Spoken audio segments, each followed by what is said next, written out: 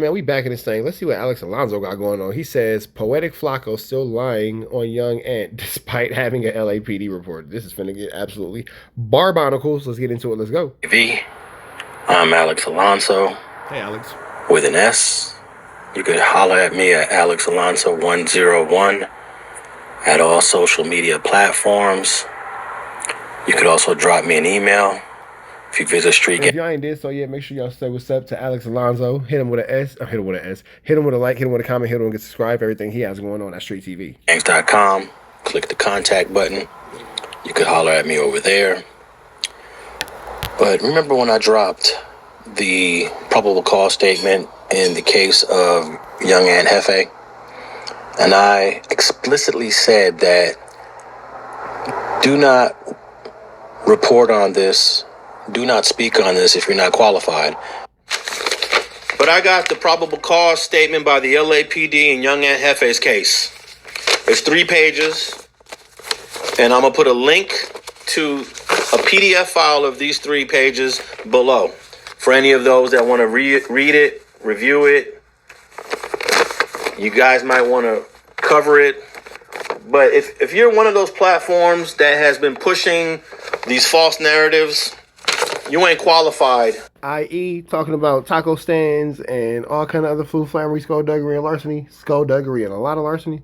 To review and read this. So just skip over it. Because I wrote an article.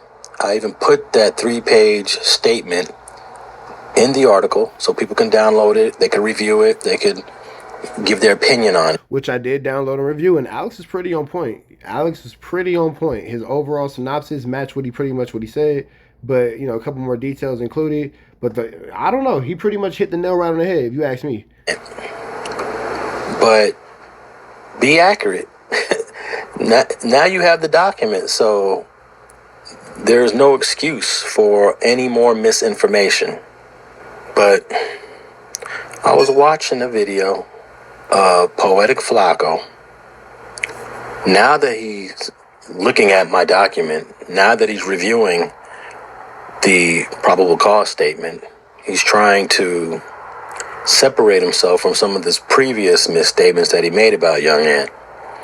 But what I couldn't believe is that even after he gets the document, after he reviews the document, he's still spreading misinformation while he's reading the document that I dropped about the case. But I clearly asked people... Spreading misinformation while clearly holding the document is a different level of diabolicalness. Such as Flakko, that if you're going to run with the false narrative, the fake narrative, there's no need for you to try to now, with an official document from the LAPD, try to tell what really happened to young Ant. But nevertheless, his attempts, they fall short.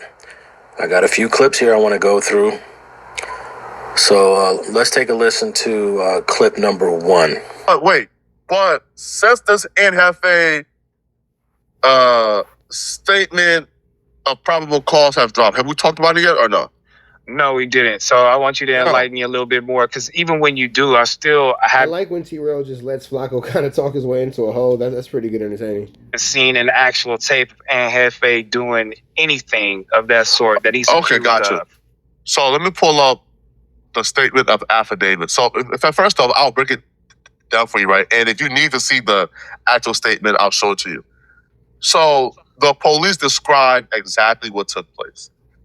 They said at about 6 p.m., the victim arrived at the unlicensed dispensary that he works at. He arrived at about 6:40-ish. At about 7:50, the first person arrived at the scene, right?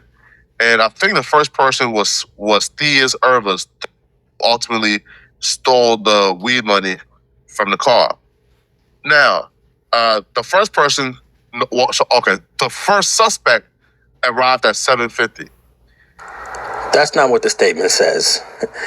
It actually says... Okay, so I was wondering, how could you read a statement and then still lie about it, because you're misquoting the statement and you're making it say what you want it to say. You're not actually reading what it says. Says that not reading what it says.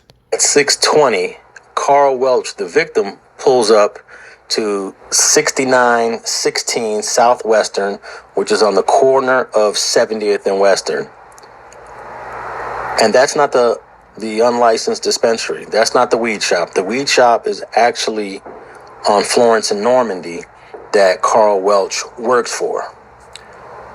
So he's got the document right in front of him, and it doesn't even state that. And for those who are still interested in the document, there'll be a link below that you can go. You know what's crazy? People will believe the document is real because Flakko read it, but won't ever challenge the fact that he misread it or anything like that. So it's interesting. It's interesting because he'll read it with such conviction, and then people be like, no, he just read the document. He just read the document. No, he held up the document and did something totally different. Download it and review it for yourself. The statement also does not say that the first person that arrives is Irving Theus. It doesn't say that. According to the LAPD statement, they actually have no idea who the first person is because there are several unknown persons that at this time, as of today, have not been identified. The statement does not state that the first person even arrives at 7:50. Actually, nowhere in the timeline, according to the statement, is 7:50 even brought up. The first suspect, according to the statement... Sheesh. Flakko out here flu flaming, man. Golly. That's an ugly one. ...arrives at approximately 7 p.m. Now, this is obviously an unknown person because they would have said Theus arrived or Shellman arrived. No, they just say the first suspect. So they don't know who that is. And it's 7 p.m. So there are three important facts that he got wrong just in that one clip. Even though he has the statement right there on his computer, he's getting several parts of the statement incorrect. And I think it's partly because they're recording what we call live tape, meaning there's no editing. There's no, let me redo that, or let's cut this part out. They're live taping. So this is what you get when you're dealing with a live person who's so used to putting out misinformation. Let's go to the second clip. Now, within 10 minutes, from 9:33 to 9:45 p.m., they said Njefe got out the car. Johnny Gray. That is a pretty interesting way of looking at the situation because when people are used to just spreading misinformation so readily, it does leave a lot of room for this type of illicit activity and behavior. He got out the car. Njefe attempted to intervene between a conflict between the victim who died and an unidentified suspect.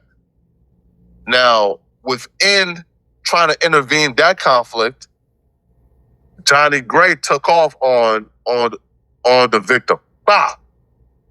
And when the victim fell, Johnny Gray kicked his head in multiple times, just bah, bah, bah, bah, bah, bah, nonstop. Yeah, I don't think that's actually in the report either. Straight kicks to the head, nonstop. Now, Njefe, when the victim fell, while Johnny Gray is kicking him, Njefe began to punch him while the victim was on the ground. And Njefe is on camera, Maurice Shellman, punching the victim while he's on the ground. Afterwards, he was previously trying to intervene and break it up. No, it's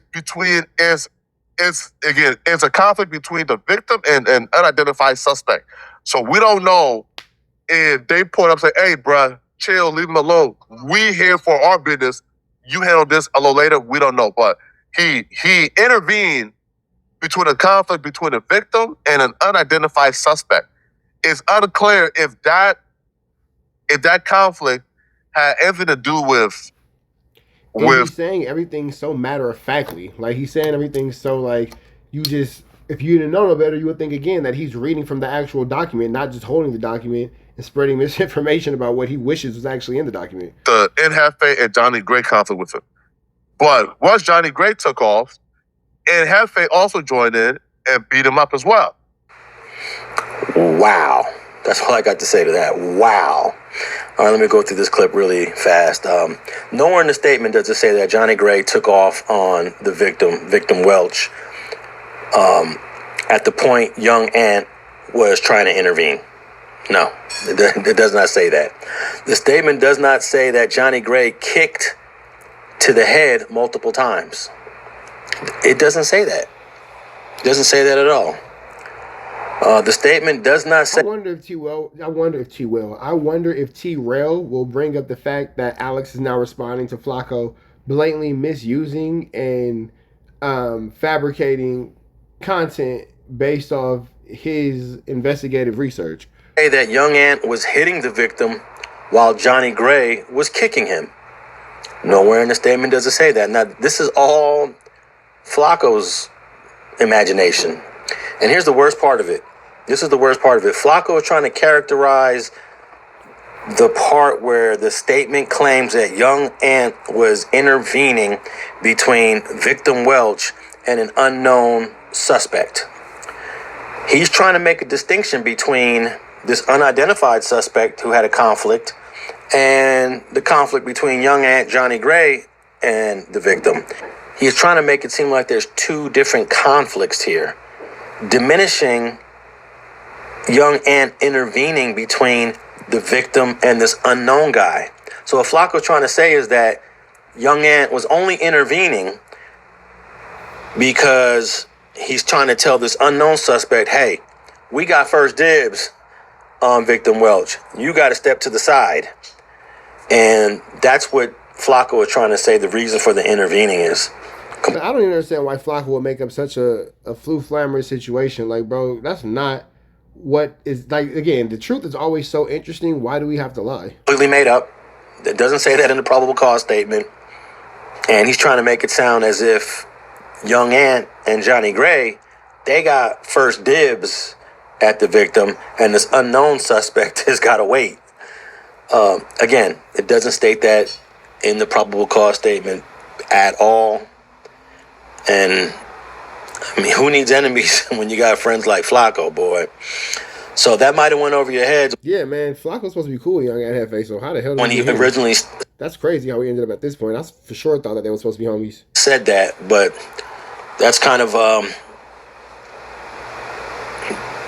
very slanderous, that last statement he made. But let's go to the And flew flamorous. third clip. Now, while the victim is lying on the ground unconscious, and Hefe, he pointed to Theus Urban and said, yo, go into his car and grab that bag. Now, the bag had, according to them, the rent money for the dispensary, but I think it was much more than the rent money. I think it was like the money that they made for the day at the dispensary, right? And they had it in that bag. And Hefe pointed to the dude and said, yo, go grab that bag. Dude went into the car, grabbed the bag, and brought it out and gave it to Hefe. So now they got Hefe being a part of like the beating, as well as Hefe being the orchestrator and the leader of the robbery, right? Because dude robbed the car on behalf of Hefe. Now, all of this is captured on camera, all of it. So now this narrative, because T-Rod tried to push this, yo, bro, it was just there, bro. He didn't do nothing. Man, nah, man, wrong place, wrong time. Oh, nah, man, on groove, bro, nah, man. Hold on, T-Rod. Hold on, T-Rod. This is not that. He said, not only was Ant a participator in the beatdown. Now, I'll be real. I don't think Ant punched to the head killed it. I think Johnny Gray kicking in his head repeatedly while he's on the ground. I feel like that right there is like what killed him. That, or when he fell, he probably hit. It's crazy that you're now deciding what unalived a person off of information that you made up.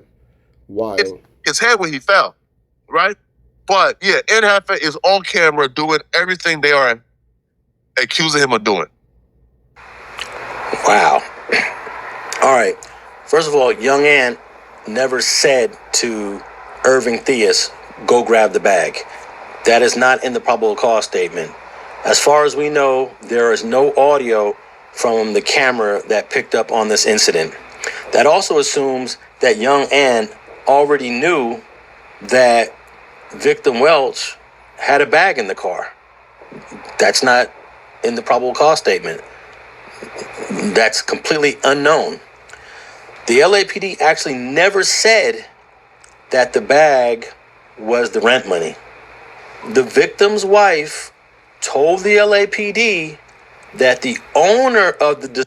Flakko is mistaking what he heard on YouTube and mixing that in with what he's reading in the report, and he's kind of just formulating his own Flakko-like conclusion. Dispensary told her that Welch keeps money in a bag in the car. So that's basically third-party hearsay, inadmissible information. So what does the LAPD do? They go to the owner of the dispensary and they get a statement from the owner that confirmed that the victim did work at the dispensary. And here's what's very important. And he would keep money in his vehicle, rent money. He would keep rent money in a bag in his vehicle. Would keep. Very important.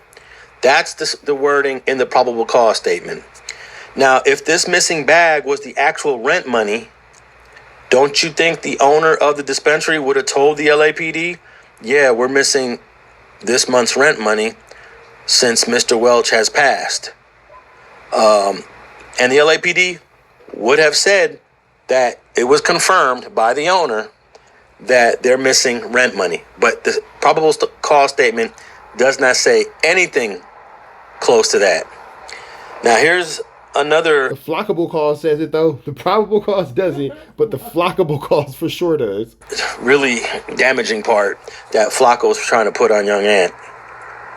Flakko is claiming that the bag probably didn't include the rent money. You heard what he said. It probably included the dispensary proceeds or the profits of the weed dispensary. That would be more money than the rent money. And that's nowhere in the statement at all. That's him completely speculating, embellishing, adding that to the story without any evidence, no information. That's just his imagination. So what Flacco's actually trying to do when he says that, he's increasing the value of that bag. And when you increase the value of that bag, you increase young Ant's exposure to jail time if he is found guilty of this crime. But the LAPD would have stated that after they spoke to the owner of the dispensary, they learned that it was the daily profits. They learned that it was earnings from the store. But the statement does not say that at all. That is Flakko making that up. Again, a link to the probable cause statement will be down below. And again, there's no audio on this surveillance video. So there's no audio on the surveillance video. How is Flakko telling us what other people said? That wouldn't actually make sense. Video that we know of, at least according to the probable cause statement, there is no indication that any audio was captured of what any person said in that parking lot. But let's take a closer look at the cameras in that parking lot. If you look at the corner of 70th and Western, you'll see these two high poles. These two, I guess you could say they're utility poles. There are some utility wires that appear to be connected to a cross beam. And I have those two red circles. The circle closer to the view is one camera that's completely pointing down into the parking lot. And then I have a second circle, which is a little bit difficult to see, but let me get a close-up of that. And there is the close-up of that. And if you notice, it's actually two cameras. There is the static surveillance camera that looks to be pointing into the parking lot along the wall. That's the one on the bottom. And then there's one above it. And that, my friends, is a surveillance camera that is most likely owned by the city of Los Angeles. And that camera... Now, I doubt that Flakko has... Now, if he does, he's a bad man jamma. But I doubt that Flakko has access to the city of Los Angeles camera system. There appears to be a central P2Z camera with the ability to pan, tilt, and zoom around that cylinder there. And it is unknown if these cameras have microphones or if they pick up audio. But if they do, look how high these cameras are mounted. The roof of that building there is 16 feet, and that camera appears to be at least twice the height. So we're talking about a camera that's mounted between 30 and 35 feet above ground. And we don't know exactly where in this parking lot the incident would have happened. That even if there are audio microphones on these cameras, how well would it have picked it up? But also keep in mind that we are reading from a probable cause statement written by the LAPD, and the probable cause statement is not evidence in this case. This statement was written with the intent to get a judge to sign off on a warrant to make the arrests of 3 people. These statements are often not accurate, and any information that turns out to be false will later be excused by the police as a mistake. But we have, I'll give you an example of a probable cause statement that was full of misinformation and lies that actually led to the death of an innocent. Now, when it comes again to this young guy in Hefe situation, there's so many truths about this situation that I don't, again, understand the necessity to lie. The truth is interesting enough. Like, we have somebody within our YouTube space that has, been accused of this crazy situation, and then even while still being in this crazy situation, he is still in jail, giving us more content. So, yeah, man, this is something that you just don't quite see every day. But again, there's enough going on with the truth to where you don't have to, make up falsehoods about it. Person, Breonna Taylor. We later learned that the probable cause statement written by Detective Jaynes, that's Jaynes, but Detective Jaynes wrote up a probable cause statement that included fabricated information to convince a judge to sign off on a search warrant so they can go in Breonna Taylor's home, which ultimately led to her murder by the Louisville Police Department. Former Louisville Detective Jaynes fabricated paragraph 9 of this probable cause statement, where he writes, affiant verified, that would be Detective James, he's the affiant. The affiant verified through a U.S. Postal Inspector that Jamarcus Glover has been receiving packages at 3003 Springfield Drive. That would have been Breonna Taylor's home, apartment 4. James was investigating Glover for drugs and made up the story that he was receiving packages of drugs mailed to Breonna Taylor's house. The U.S. Department of Justice and the U.S. Postal Inspection Service confirmed that Detective Jaynes never spoke to the U.S. Postal Inspector about Jamarcus Glover or Breonna Taylor's apartment. We later learned that a postal worker actually told Sergeant John Mattingly of the Louisville Police Department that Glover never received packages at Breonna Taylor's home. So Detective Jaynes intentionally included packages in the probable cause statement. That's lie number 1. And he fabricated direct verification from a U.S. Postal Inspector that he never spoke to. That's lie number 2. To create a false link between drug trafficking that was occurring and Breonna Taylor's house. All lies. So basically, Flakko has the same credibility as a corrupt cop, is what we're learning. Goodness gracious, if that's not something to pay attention to. And that's why federal prosecutors eventually indicted Detective Jaynes for civil rights violations, conspiracy, and falsifying a document to obstruct justice. Prosecutors under the Trump administration eventually dismissed that case earlier this year in 2026. But the judge did rule that Jaynes's false statements in that probable cause statement, in that warrant, were not legal. And it was the direct cause for Breonna Taylor's murder. He actually said death, but I'm calling that a murder. So most lies that are written by the police and probable cause statements usually do not lead to the death of an innocent person, and that's why this case was investigated so thoroughly. Probable cause statements are not evidence, and that's why we have trials. These documents should not be read as a matter of fact and then with extras like Flakko does. I saw a brother Chill from 16 to Life. He went to my website. He Big shout out to Chill from 16 to Life. Downloaded the probable cause statement, and he read it word for word. And then perhaps he provided some opinions, but he didn't manipulate the information the way Flakko does. And think about this. They already dismissed all charges against the third defendant that was named in that probable cause statement that had a search warrant or a body warrant for his arrest, Irvin Theus. And they dropped the case against Irvin Theus due to insufficient evidence. But go back and read that probable cause statement. Go download it. It's down below. Go read it. According to that statement by the LAPD and gang detective Lagunas, Theus is seen pulling up.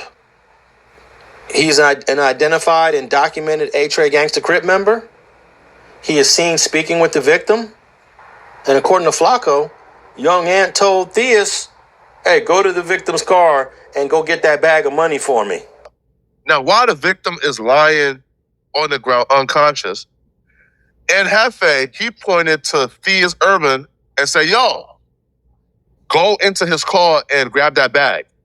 Now, the bag had... Here go Flakko telling his dissertation of what he wants to have happened. According to them, the rent money for the dispensary, but I think it was much more than the rent money. I think it was like the money that they made for the day at the dispensary, right? And they had it in that bag.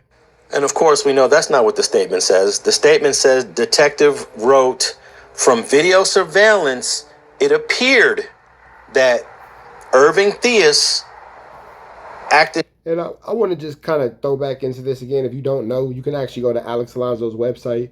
He mentioned it. You can find it in the description of this video, and you can get the original content. You can get the original statements and all that and see it for yourself. You really don't have to trust what Flakko says. You could, kind of just read it for yourself. Alex has made it more than readily available, and it's an easy read. It's not anything too crazy. He definitely made it sensible for the general public, for sure. Under the direction of Shellman.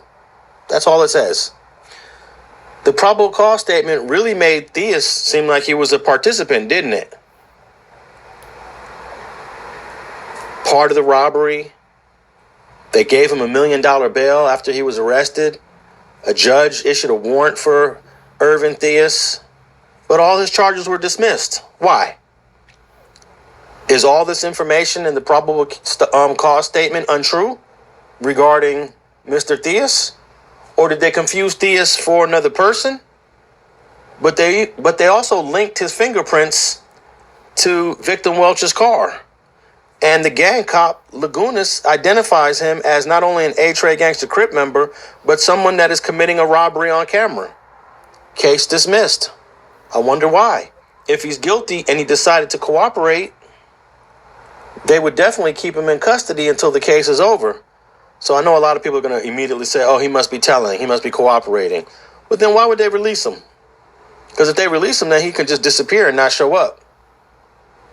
Or does this probable cause statement have some issues that need to be ironed out? Time will tell. We will find out. But let me play clip number 4. It probably Hey, Alex is presenting this like evidence in a court case, ain't he? has more pictures and videos of him on the internet than probably any other murder case, probably other than David. In the history of Earth, I don't think Halfway gonna make out good with this one. I'm sorry. In the history of Earth. That's a pretty big history. Did you hear that? In the history of Earth, there's more footage of young Ant as a murder suspect than any other person other than the singer David, who's currently facing his own charges. He's basically saying that there's so much video and pictures of young Ant that the police can use as evidence to implicate him that it's going to make the case worse. Well, let me remind you guys of O.J. Simpson, who was also a murder suspect many years ago, with far more footage, far more. I would like to assume that O.J. Simpson is a bit more famous than Young and Hefe. No disrespect to Young and Hefe, but I believe that O.J. Simpson's probably more of a celebrity than Young and. Photos of him in existence. In fact, they use footage of him wearing a pair of unique isotoner gloves during a football game while he was working as a commentator for NBC. They claim that these were the same gloves that were left at the scene of the homicide. At least one glove was left at the murder scene. Another glove was thrown over the gate at his property at Rockingham and found there. Well, they used videos of him wearing those gloves. And if we remember how that trial went, that was a huge debacle in the trial for then prosecutor Christopher Darden, because apparently the gloves did not fit. And also, they must have quit. O.J. Simpson's civil case, they used photos of him wearing Bruno Magli shoes that initially O.J. Simpson denied that he even had. Check out this clip. Did you ever buy shoes that you knew were Bruno Magli shoes? No, because I know if Bruno Magli makes shoes that look like the shoes they had in court that's involved in this case, I would have never worn those ugly-ass shoes. But then, months later, a photograph emerges, first in the National Enquirer.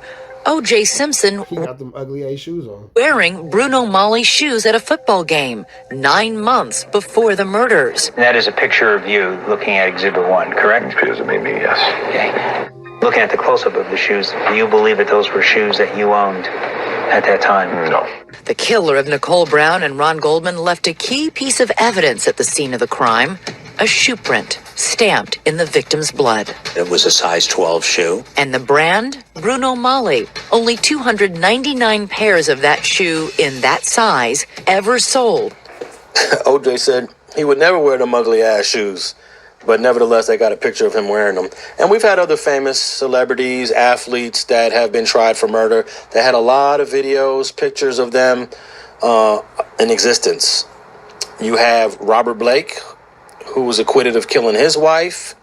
You have NFL tight end Aaron Hernandez, who was actually not only found guilty of that murder, but they actually used footage from his own home surveillance to link him to one of the homicides he was found guilty of. And then you got other people like actor Michael Jace from The Shield. So I don't think Young Ant I don't think Young Ant really matches up to the biggest in history. That would be a stretch. History of the Earth has more pictures and video of him in existence. Now, all those 4 clips I just played for you were from the same segment. I got another clip from a whole new segment where he tries to clean it up. He tries to backpedal, and here's what he had to say. Okay, so my thing is this. Now, Ant is upset. I'm going to let y'all catch the rest of this on Alex Alonso's page. Make sure y'all hit Alex Alonso with a like, with a comment, with a good subscribe. Make sure you show Alex Alonso a lot of love, man. We up out here to the next one. Red dots to the left. You know the rest. We are gone. Because y'all know what it is. TNN Trappers Network. I was with Rich Trapper. I was with you.